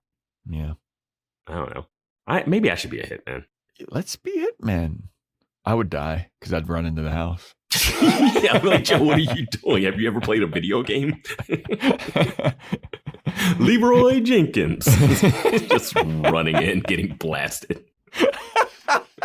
You get hit with the empty gun that Keith throws at your head. But Keith is like, yeah, I didn't load my gun, but I've got ammo in the car. And Veronica's like, don't even think about it, Keith. And then Veronica turns around and then Keith starts running out the house with his limp. And Veronica's like, God damn it. She was like, I'm going to go. And he's like, you can't go. You're going to die. I got to go do it. And she's counting her bullets down like it's some action movie. Yeah. I thought she shot Dodie at one point. I thought so too. But yeah, she's shooting some fire at Alonzo and Dodie. She does give some cover fire to Keith after she realizes that he's been gone. And then Keith is like slumped over in the car trying to put the bullets in his 6-shooter. And it's tense because Alonzo and Dodie are circling the house still. It's interesting because it's not even like he had a brain fart at this point. It seems like now he's shell shocked. Yeah. But as Alonzo and Dodie get closer, the PCHers show up, revving their engines, and then you hear Weevil just go, "Ain't nobody gonna touch her. Pack it up, boys. Nobody's touching her." Then Alonzo and Dodie just look like, dang it. And then they leave. And I was wondering, is it like, okay, they have jurisdiction over here? Or are they just outnumbered? Well, I guess it's out. They're outnumbered. Yeah. So then I guess Dodie and Alonzo, stone cold killers after one thing only, just going to leave. They leave. PCHers known for not using guns. Weevil has a gun. It's been established. He does. But then this is the moment where we get the Weevil and Veronica head nod of acknowledgement. It's so big. Yeah. And I hate the thing that's interesting because Nicole asks when Veronica confesses, she goes, "Oh, do you feel better about this now that you confess?" And I feel like this is what we get with the Weevil scene is now Veronica Veronica feels better about Weevil now. So now I don't know, man. This emotional look was just like, so what does Weevil owe you? Like, it's fine now. Now that he saved your life for like a couple times, you guys are now even maybe. And now she's like, oh, I'll respect him now that he didn't want to see me murdered. Yeah. Yeah, I don't know. But now everybody's back at the police station. Patton's been arrested by Langdon. Leo's there, and Leo's like, "Hey, how you doing, Veronica?" And she's like, "I'm a little rattled." And she's like, well, Leo's like, "Well, in the time since Patton's been arrested, we learned a little bit about Patton Oswalt. Let me tell you a little something about Patton Oswalt. We took a look into this guy." Did he learn this on his trip to LA and back? I guess so. Guess so. He was on his iPad. Did they get Did they ever find Lassiter? Lassiter's still at large, man. The racist bomber. the racist serial bomber of Southern California. He's still out there. Yeah.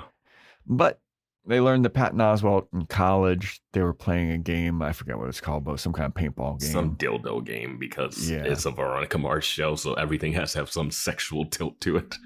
Yeah. But it's like you have to shoot people with a paintball gun, and Patton Oswalt shot a kid's eye out, and then he got kicked out of Hearst, and in his like trial hearing for it, he was bragging about how he won the game and he didn't really show any remorse for shooting his friend's eye out. And then he's been staying at that house because he lived with his grandmother, and when his grandmother passed away, she left him the house. Mm-hmm. So he's just been living there off of his granny's charity. And the look into all of his recent phone calls have been to publicists because he's going to try and get a book deal for the Murderheads and trying to solve this bomber case or whatever. And I was like, okay. Yeah, this is very tangential for him being the bomber still. Yep. But Leo's like, yeah, so my job here, I guess, is done. I'm leaving tomorrow morning. And Veronica's like, really? You're leaving that fast? He's like, yeah, we're going to have somebody come and interrogate this guy, but like, I'm done here. Got to go back to Virginia and on to the next one. Even though there's a 32-hour time limit for when the next bomb is supposed to go off. Yeah, never mind that. But then Leo apologizes for inviting himself over the other day to watch the Big Lebowski. Veronica's like, I haven't even been thinking about that. I didn't have any sex dreams about you or anything. Don't worry about it. He's like, wait, what? She's like, wait, no, nothing. Bye. So then Veronica goes over to Keith, who's standing at the Flips pretzel vending machine. Yeah, that Flips was huge on the top left. They had multiple Flips pretzels. I was like, oh, this is product placement at its finest. Yeah. And Veronica goes over to him. She's like, hey, how you doing? He's like, I'm not doing well, man. She's like, what are you talking about? She's like, I screwed up. Didn't load my gun. Almost got us killed. I am very concerned about this. And she's like, don't worry about it. We survived. And Keith is like, no, dude, I'm done. I'm out. I'm retiring. And Veronica goes, you can't do that. You just one slip up. And then Keith goes, Veronica, please. Starts crying. Dude is broken. Tells her to leave because he doesn't want to eat a fucking fruity pie in front of her because she's going to lecture him about his heart. He's like, just let me have this fruity pie. Please leave me alone. Please let me retire. I can't do this anymore, dude. It's good. He's killing it in this scene. Yeah. And I think if you're Veronica, absolutely let him go. Yeah. You keep worrying about him going out and getting hurt. Keep him at home. He can look up the paperwork. He does not need to go to arrest these people. You need to also find a big burly guy to like kind of like be your muscle when you have to take down these dudes. Oh, Clarence Weedman. Yeah, he's for hire. Yeah. Like the investigating is what they're good at, but I mean like the actual apprehending of people, man. Yeah. People are crazy and strong and will shoot you and hit you and punch you. Even if he had bullets, if Weevil doesn't show up, good chance they're dead. Regardless of if he had loaded his 6-shooter. Yeah. She was out of bullets immediately and reloaded a clip. He would have had 6 bullets in that gun. He would have been out by the time he got inside the house anyway. Yep. But he is a better shot. I was waiting for him to take a really good shot. Well, I guess Keith has been okay as a shooter, I think, hasn't he? What are you talking about? We saw Veronica shoot 6 bottles right in a row. True. But Nicole did it too. Those bottles. Nicole missed a couple times. Okay. But Veronica didn't miss any. Well, she missed every one of these shots. Yeah, she did. Moving target's a little tricky, huh? Yeah. Bottle is a lot smaller, though. Bottle's a lot smaller. Yeah, well, she missed every shot. Yep. I just don't understand how Dodie ended up missed every shot, didn't even like wing Dodie. I thought that one shot out the window, it looked like she downed Dodie. Yeah. And then Alonzo's like, Dodie, he's going to the car. He's around the house. And Dodie's like, but yeah, the pleas to Veronica was brutal, dude. Very sad. So Veronica comes home, kisses Pony. Logan's home. Can I just say one more thing about this previous scene? Sure. What do they think happened at the cabin? That cabin is riddled with bullets. Do the police not know that? Like, because Leo reacts like, "How you doing?" She's like, "I'm a little shaken up." He knows there was a shootout, right? Yeah. Do they go, "Hey, where are the people that did the shooting? Are we looking for those people?" If I'm Veronica, I'm not just going home. Yeah, don't even worry about it. I'm going home, man. She goes home. They could just be waiting there. They know where she lives. I don't know why they don't go there. Yeah. Well, it's because Logan's home. They saw Logan come home and they're like, oh, no, I don't want to fuck with him. They were like, I thought she was sleeping with Wallace. Thought she was down with the swirl. Now she's got this guy? Yeah. Yeah, it doesn't make any sense. I mean, yeah, sure, whatever. But Veronica comes home. Logan's home. His little fucking leave was a day and a half, it seems like. Veronica hugs him. They start smooching. Veronica tells him, hey, do you still got that ring? And he's like, yeah, sure. What changed? She's like, let's just say I had a moment of clarity. I was in a shootout. I had a sex dream. And after both of them, all I could think about was you. After my sex dream, I was like, oh, I'm glad I didn't do anything to hurt Logan. And after I was in a shootout and survived, I was like, oh, I'm glad I get to see Logan again. This scene was a tricky one because Logan's back. She makes out with him. And I was like, how am I supposed to feel about this? Like, because the last thing I'd seen was a sex dream. She does not mention to Logan that she was in a shootout. She does not mention the Penn stuff.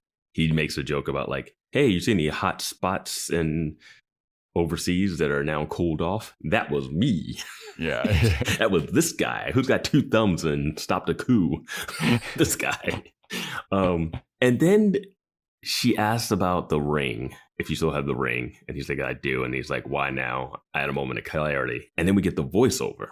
Mm. And she's like, when I woke up after my Leo sex dream, all I felt was relief.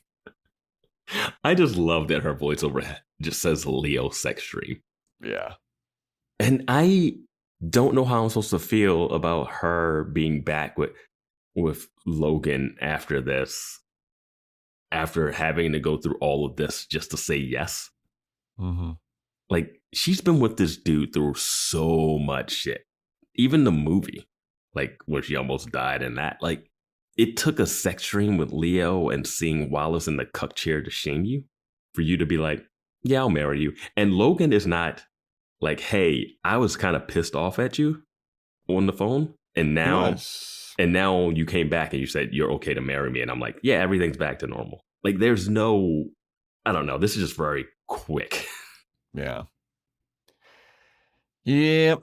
Are you excited for the wedding that we're going to get next episode? No, Logan's dying next episode for sure. Oh my God. They wouldn't do it. They won't do it. He's doing it. He's dying. Won't do it. Veronica Mars can't be happy. She's like Spider-Man. All right. Logan's a dead man. Dead man walking. I also don't think Logan can die because he's Teflon. He gets out of everything. All right. So then we have Keith at the office. Clyde shows up. He wants to drink with Keith to celebrate. Hey, you got your guy, Patton Oswalt. It's awesome that it was him. I fucking hated that guy. What a piece of shit. I'm glad that you got him. And Keith is like, hey, man, let's cut the bullshit. I know you've been working with Weevil. I know that I'm 99% sure that you and Big Dick were responsible for the Sea Sprite bombing and the Perry Walsh situation. Patton Oswalt didn't do those bombings. And I'm pretty sure it was you. Or you know something, or you're involved somehow. And then Clyde's like, all right. Stands up. And this is where I was like, all right, Keith's about to get his ass beat. I hate when they just tell the bad guy what they know and just say, hey, do you want to kill me before I find out? Right. Just don't put all your cards on the table. Yeah. Yeah.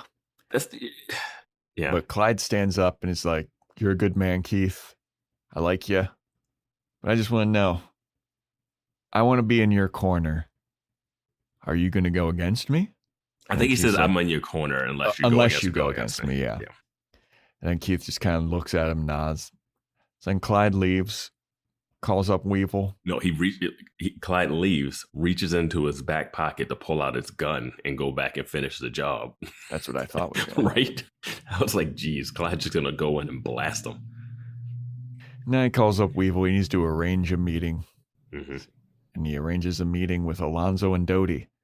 And Clyde's like, I don't give two fucks about Big Dick Casablancas. This guy fucked me over for my classic car dealership. This is what he gets. Goes over to Alonzo and Dodie and he goes, hey, I heard that you guys are looking for the Sea Sprite bomber. And they're like, that's right. Clyde gives them the recorder. Mm-hmm. And we get a flashback to the conversation. Like, they really show the whole scene. And I was like, do we need that? Because they also do like recaps before the episode. And now in this, they do a flashback, which they don't do any filter on the flashback at all. It's just the exact same shot. Like, yeah. But I was like, but it ran too long for me. It did, yes. I was like, did something happen in this episode? Yeah. But they do the flashback of where Clyde is like, hey, idiot. You know, Big Dick's like, set up a trust fund for PW's kid. And Clyde is like, hey, that's going to connect us to the bombing.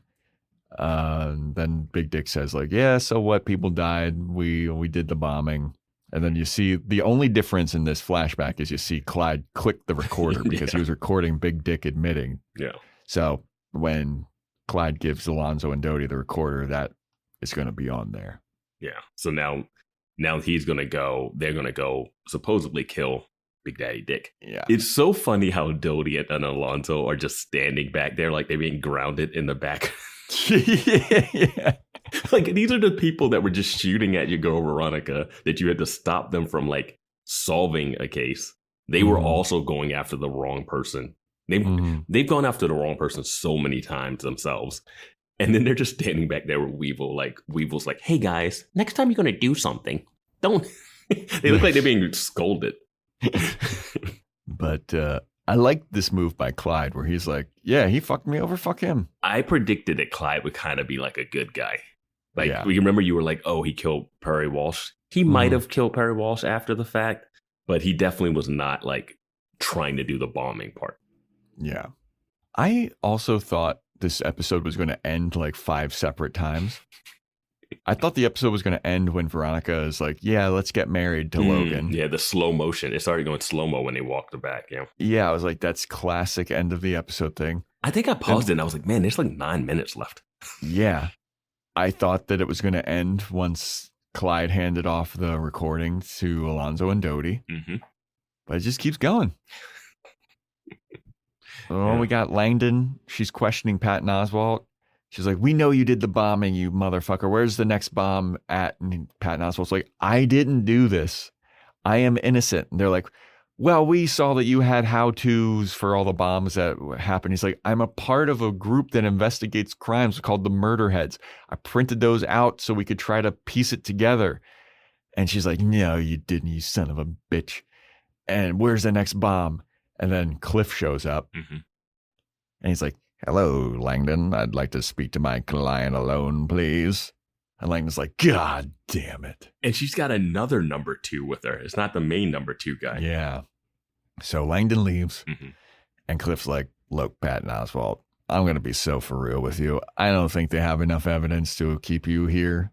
They're going to let you out probably tomorrow. But did you do this and do you know where the next bomb is? Because if you know where it is and you don't tell me right now, I'm going to run you over in the parking lot. I love that. And Patton Oswalt's like, I didn't do it. Mm-hmm. And I also have a request that I'd like to make. DJ. Yep. So then we go to Keith. He's on the phone. He wants to be considered for some position. Mm-hmm. Cliff comes in. He's like, oh, who are you talking to, Keith? What's this position? And Keith's like, I'm trying to be the chief of police at Leisureville, which is apparently like an old folks home or something. I wasn't sure was he making a joke when he said Leisureville? I was like, is this like a small town? Or is this like and then Cliff says a retirement community? What retirement community has or the chief of police the joke, or is Leisureville the joke? I'm not sure, man. Security at Leisureville. You know what you need to get some security at? The front door. At Mars Investigation. Cliff should not be able to sit in the doorway and overhear this conversation. Yeah. But Cliff is there. He wants to meet with Veronica. And then Keith is like, Veronica went to go meet with Amelia Malouf. And Cliff's like, yeah, Patton Oswalt wants to meet with you guys. And Keith's like, that's very curious. So Veronica, she's at the Daniel Malouf's hospital bed. And Daniel Malouf is like, I deserve this. I did bad things. I'm a bad man. I did bad things. And Veronica's like, what the fuck is this about? And Amalia is like, don't listen to him. He's all hopped up on drugs. Fucking idiot. The Malouf storyline ending with him just making a morphine confession would be just so... Yeah. So Amalia writes a check to Veronica. And she's like, you got your man. Thanks for all your business. Here's your money. And Veronica's like, just so you know, we don't think that Patton Oswalt did the Sea Sprite bombing. And Molly's like, I don't care anymore. Just take the money and get the fuck out of here. Yeah, she's like, it's good enough. I don't care anymore. Yeah. I don't know why I'm still in this town. So Veronica's like, all right, fine. So she's walking away. She looks at the check. Some other dude walks into the room with Amalia. And Veronica looks at the check, sees that it's been like written out wrong. She goes back into the hospital room and overhears this, I guess, like lawyer or publicist or something. No, it's like a political advisor, like a political advisor that hasn't been around all season. Yeah. He hasn't had to do any politicking this whole season. He hasn't had to do any press conferences, nothing. He's staying in a town. He is a congressman and he does not have to do any publicity or interviews about the bombings happening in a place where he's staying. This guy's like, oh, well, he got shot. We can use this in the poll. The points are going up and he can be in the Senate. We can say that it was racially or politically motivated. Yeah. And this hillbilly guy didn't oppose him and tried to shoot him. It's going to make him look like a martyr and a hero. And Veronica was looking at this like, but I'm like, we don't have time to explore any of this with one episode left. Like, it doesn't matter. Yeah. And then Veronica does the little, you made this check out to Mars Detectives. It actually needs to go out to Mars Investigations. She's like, fine, get Logan to find my checkbook. It's across, it's somewhere in the hotel. It's somewhere in the Grand Hotel. find my checkbook and write it yourself. So then we have Big Dick. He's leaving his house. And this is where I thought Big Dick was going to get killed. I was really excited for this. I mean, this was what the episode was building to for me. I was so ready to see him getting taken down. That would be so exciting for the next episode. Yes. He goes to leave and he sees the Mazda Miata parked in his driveway. And he goes, goddamn little shit. She's nobody takes a bribe anymore. So he goes to the Miata, turns it on. I was like, oh, is this a bomb? I really expected it to blow up too. I was like, oh, this is going to be great. That's what I thought. He parks it in his garage. He's like, I'll deal with that little shit later. Goes over to his Maserati, gets in, turns that car on. I was like, oh, is this the bomb? Was this the first car was a fake out, but this is the bomb.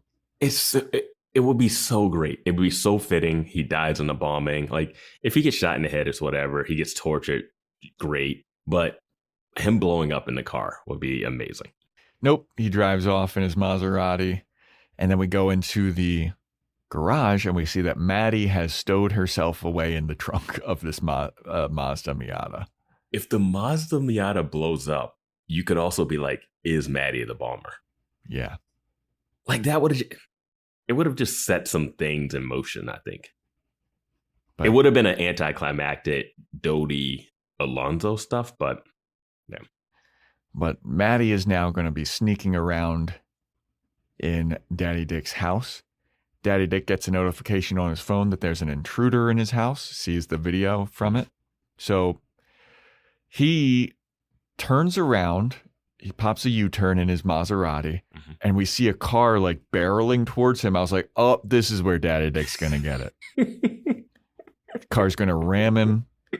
It's going to be some kind of Alonzo and Dodie ramming into him like Keith got rammed into by the police. Nope, that car just honks at him. He pops the U-turn. He's going back home. Everything's fine with Daddy Dick. I was like, this is fucking like 4 instances of this guy. I thought he was going to die. I thought he was going to get shot walking out of his house. No, here's the thing. Were they filming this with that intention, or were they just filming scenes and we're layering that in because of what we've seen beforehand? They have to have been filming that with that intention. Like, this is too many. The red car sitting where it was, like how, if you notice this in like old movies and stuff, whenever you see a car by itself with nothing around it, it's set up till it can explode. Yeah. And that red car was just right there. And I was like, oh, he's going to start up. It's going to blow up. And he goes, and parks it. Goddamn little shit. How did she know he was going to put it in the garage? Because wasn't his other car like in the parking, in the driveway? Or was I don't know, it wasn't inside the house. Yeah, the Maserati was in the driveway. So why did she know that he was going to drive that and put it in his garage? It's he could have just left it. Yeah. Yeah. All right. Anyway, so he's going home.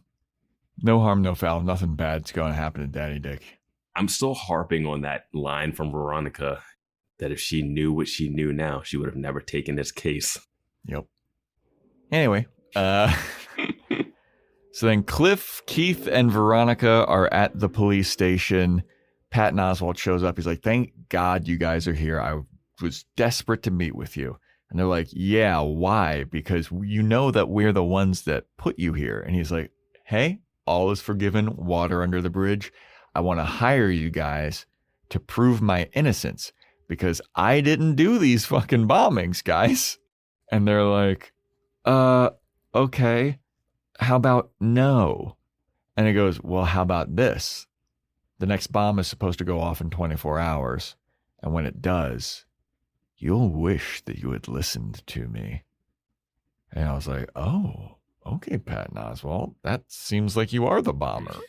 Or working with the bomber. And then Keith and Veronica do a little double look at each other like, uh-oh. Yeah.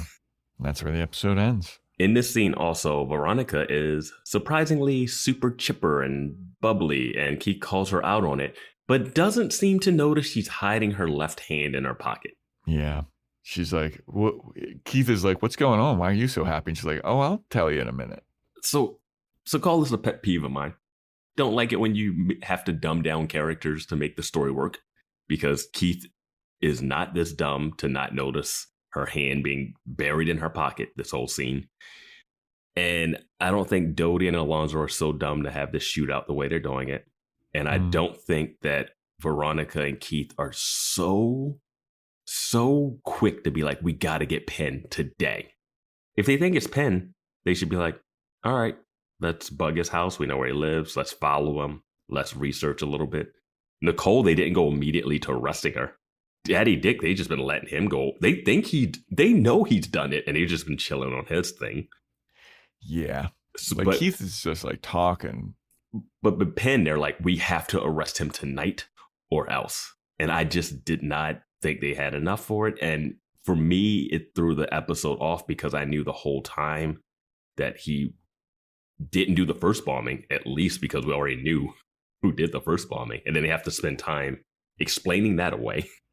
Yeah. And they're like, wait, no, there's two separate bombers, and the first bomb was definitely Perry. And you're like, okay, yeah, we know that. And now they have to find that out.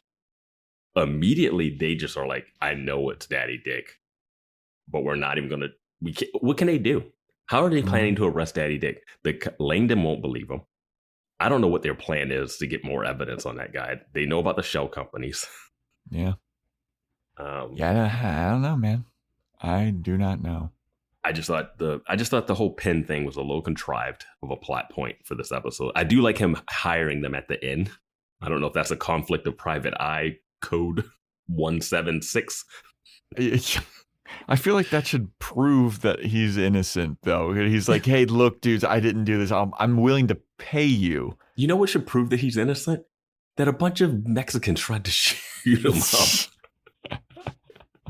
Or like they don't even react to the shootout after the fact. Besides Keith wanting to quit, his door's still unlocked. They don't think still chatting with Clyde. Veronica has to know because she heard Weevil say nobody's touching her, unless she thinks Weevil's talking about Carol. These people came to kill you. Yeah. And instead of like, hey, let's up the security at Mars Investigations. Let me tell my military boyfriend that they're hitmen after us from a major cartel. But no, they just like go, oh, Penn wants to see us and I'm happy because I'm engaged. People are trying to kill you. Yeah. You need to talk to Weevil and be like, is this cool? Is it over? But I don't know. They just let it happen. All that being said, I kind of like this episode. Falls apart. The whole premise falls apart for me. Next episode is titled Years, Continents, Bloodshed. Logan's dying for sure. All right. I wrote down some predictions for my notes. And I added one after something that you said. I'm going to throw this out there, but I'm not really sure what's going to happen. I'm going to say Maddie gets killed. No, Maddie's not getting killed. Something has to make sense for that opening line that she said at the end of episode 1. I think it's going to be that Logan died. Okay. I'll take Maddie, which I don't really fully believe, but you can take Logan. Logan's dying. I'm going to say Clyde gets his business and is reunited with Ichiko Doi. They end up in fucking Cabo together, sipping margaritas on the beach. What a nonsense plot line. Unless she comes back and she's like a ninja and she has to fight. She's the bomber. Like it doesn't, that you could cut that all out and it really doesn't add too much to it. I think Penn gets freed and he smooches Carol like a big old wet one. Okay, yeah. Wallace. Oh, yeah, the Wallace prediction that you were talking about. My prediction is that Wallace is held hostage because they saw him walk into Veronica's room. Alonzo and Dodie take him hostage. So Alonzo and Dodie try to kill Daddy Dick somehow. One of them dies. Probably Dodie dies, but Alonzo's still free. Alonzo kidnaps Wallace to like get back at Veronica and they have to like save Wallace. Huh. Okay. I think Daddy Dick gets killed or arrested. Daddy Dick has got to get killed, dude. He's probably just going to get arrested again. And then probably, okay, if he gets arrested, he dies in Chino due to Clyde pulling some strings. Keith is moving out of Mars Investigations. And Veronica has to say fuck. Veronica has to say fuck. Yeah, they have to say fuck this episode. They have to. Somebody has to. I'm predicting that Logan dies. I'm predicting that it's going to end with fucking... Yeah, I like your prediction of Maddie working at Mars Investigations. Yeah, I have her either getting killed or working at Mars Investigations. I like your idea of Ichiko Doi and Clyde on a beach somewhere. They have to. I mean, they set up her. We talked about her for like 4 episodes. Do you think they're just not going to even talk about these frat boys again? Oh my God, the frat boys thing. Well, I still think that Sarah Hyland is the bomber. Oh, right. Yes, the Modern Sarah Family. Hyland, yes. Because I don't understand her cameo. And these frat boys, it's crazy that the last episode will deal with this 3-year-old cold case. This last episode has so many loose... It has to be a 2-hour long episode. I know the podcast will be. Like, there's too many... I think that your Sarah Hyland thing is going the way of your Fitzpatrick's thing, where it's like, I don't think the Fitzpatricks are going to play into this anymore. It is crazy that they never at once point to Liam Fitzpatrick. They point to Penn before Liam Fitzpatrick when Liam Fitzpatrick hired Perry Walsh, who did the bombing. It is absurd to me. I just... This guy tried to kill Keith point blank. What if this last episode is about the Fitzpatricks? Why is Weevil not trying to kill the Fitzpatricks who killed his friend and put him in jail? It's crazy that they've coexisted in this town for like 10 years after high school. Logan's dying. Veronica takes over Mars Investigations, hires Maddie Ross. What else? What do you think Nicole's doing this episode? Nicole... Once Veronica takes over Mars Investigations, she shows up at Mars Investigations with a bottle of wine so that she and Veronica can be friends again and they're going to hang out. And she's like, hey, congratulations on taking over the family business. I'm leaving because I got to pay out from Daddy Dick or whatever. Comrade Quacks is no longer mine. I'm moving. So let's have one more night doing ecstasy together or whatever. So you better make sure all that money's cashed already or like in the bank account because... Yeah, Daddy Dick's about to die.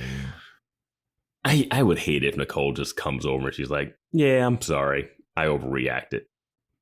Yeah, that's what's going to happen. She's going to console Veronica for Logan dying or something. What if Nicole tries to sleep with Logan to piss off Veronica? Oh. She wouldn't do that. She wouldn't. But Logan did try to do that with Lily, with Lily's friend. And then he ostracized the black friend. I think after Logan gets killed, Veronica goes to therapy. You don't think it's going to end with them in couples therapy? No, Logan's dying, dude. Did you know this? It's called Years, Continents, Bloodshed. That's from his speech about, our love story is epic. It spans years, continents, and bloodshed. Yeah, I think they're still going to be together. They die together. They're going to die together. And they're not dying in this episode. All right. Well, that's a wrap for Gods of War, everybody. Thanks so much for listening. Join our Discord. Free Discord. Link is in the show notes. Hear us. You want to have your theories about what's going on here. Yeah, if you're in the Discord, you'll find the link to the season-ending listener poll with the Q&As. And just in the TV and movie section, start to give us some suggestion for the Patreon. And we'll be talking about all kinds of stuff on Discord. And there's always a spoiler section, so you guys can hop in there and make fun of the predictions that we just made in the spoiler section that me and Joe do not read. Yep. Join our Patreon, patreon.com/boyswatchingbuffy. We're doing True Blood, 50 Shades Freed coming out. Instagram, TikTok, @boyswatchingbuffy, boyswatchingbuffy@gmail.com. If you want to shout out, Apple Podcast 5-star rating and review, Spotify 5-star rating, screenshot it, send it in to us. And stay tuned next time for when we finish Veronica Mars, Years, Continents, bloodshed.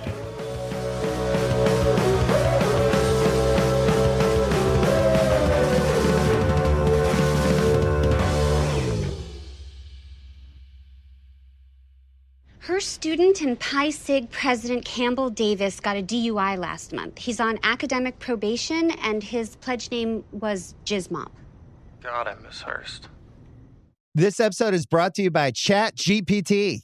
Hey, it's Bill Simmons from the Bill Simmons Podcast. Have you guys heard about ChatGPT work? It's the new way to use ChatGPT for bigger multi-step projects. And when you need more than just answers, give ChatGPT work access to your apps and files, and it can create real work documents like spreadsheets, slides, and structured reports. Get started at chatgpt.com by selecting work mode, available on Plus and Pro plans.